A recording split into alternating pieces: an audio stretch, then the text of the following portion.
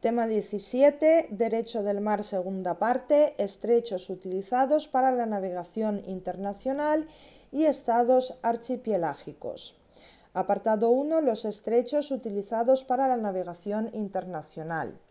En nuestros días, el régimen de la navegación y aeronavegación por los estrechos tiene un interés y relevancia jurídicos en relación con el proceso de expansión del mar territorial y de los derechos económicos de los estados ribereños sobre espacios adyacentes del mismo. El Tribunal Internacional de Justicia consideraba que un estrecho es todo paso que pone en comunicación dos partes del alta mar y que es utilizado a los fines de la navegación internacional. Esta noción de estrecho internacional fue recogida por el Convenio de Ginebra de 1958 sobre el mar territorial.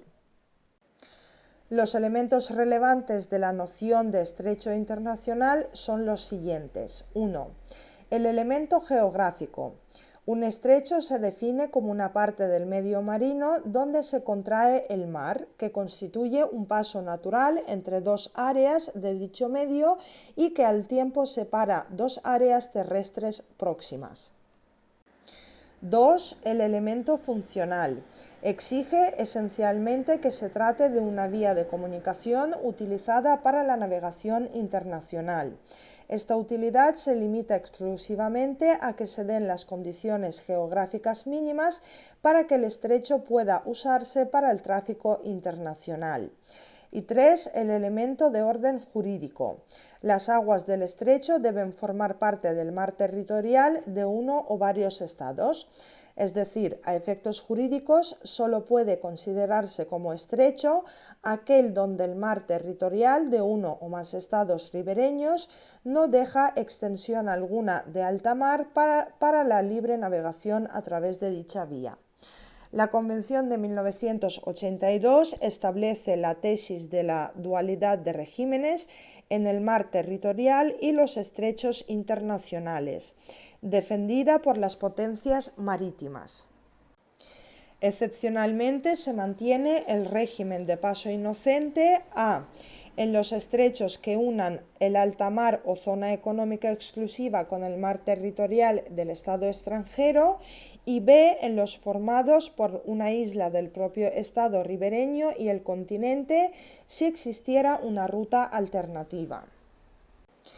En el resto de estrechos usados para la navegación entre parte del alta mar o de una zona económica exclusiva y otra parte del alta mar o zona económica exclusiva, se aplicará el régimen de paso en tránsito para todos los buques y aeronaves, definiéndose dicho paso como la libertad de navegación y sobrevuelo exclusivamente para los fines de tránsito rápido e ininterrumpido por el estrecho.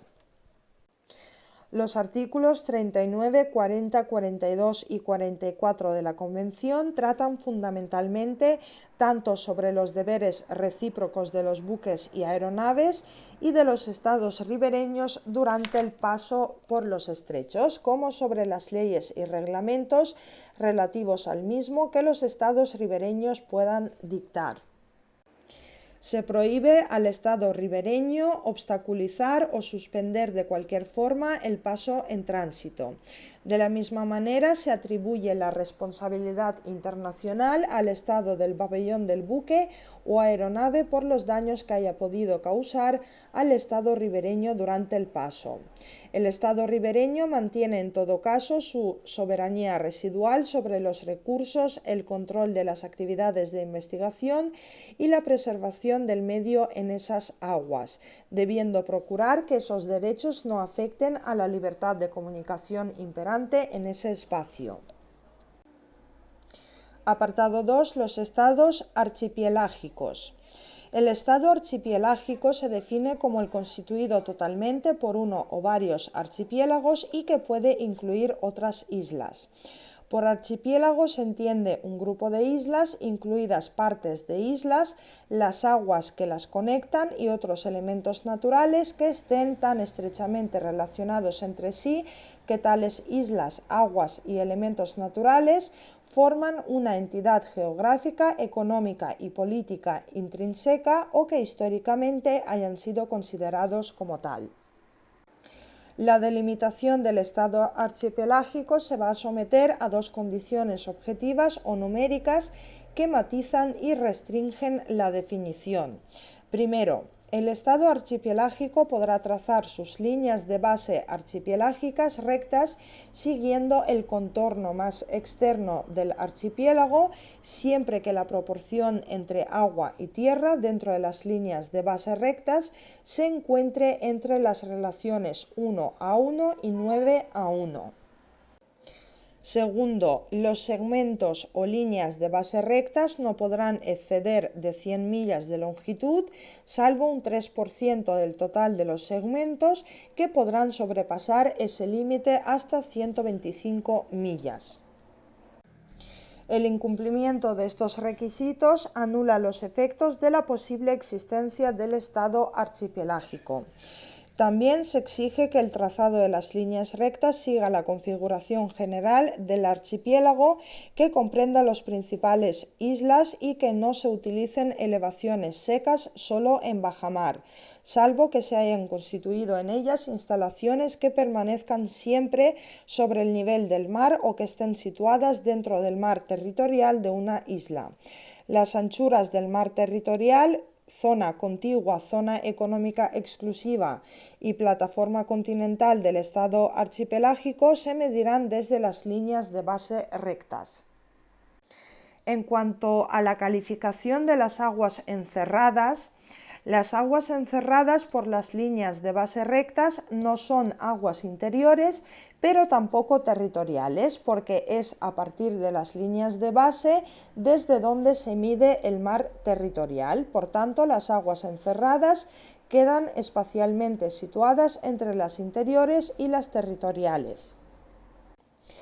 Por otra parte, se creó un nuevo concepto que son las aguas archipelágicas, que responden a un régimen jurídico que afirma la soberanía del Estado archipelágico sobre esas aguas, sin el carácter absoluto que esta soberanía tiene en el caso de las aguas interiores, pero al mismo tiempo haciendo más estricto el derecho de paso inocente y más rigurosas las reglas de paso para ciertos tipos de buques.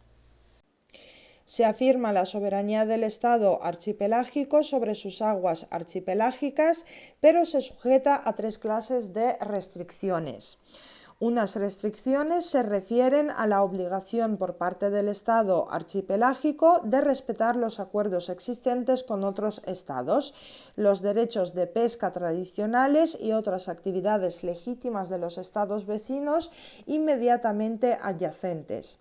Se trata de no perjudicar los derechos adquiridos en ciertas partes de las nuevas aguas archipelágicas cuando eran alta mar para los estados vecinos de los estados archipelágicos. Las otras dos restricciones son el derecho de paso inocente y el libre paso en tránsito por los estrechos internacionales.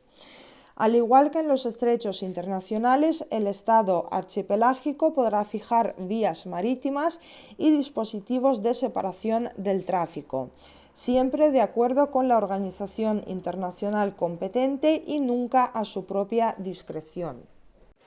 Las restricciones padecidas por el Estado archipelágico en el régimen jurídico de sus aguas transforman esas aguas en un espacio sui generis casi coincidente con la naturaleza del mar territorial.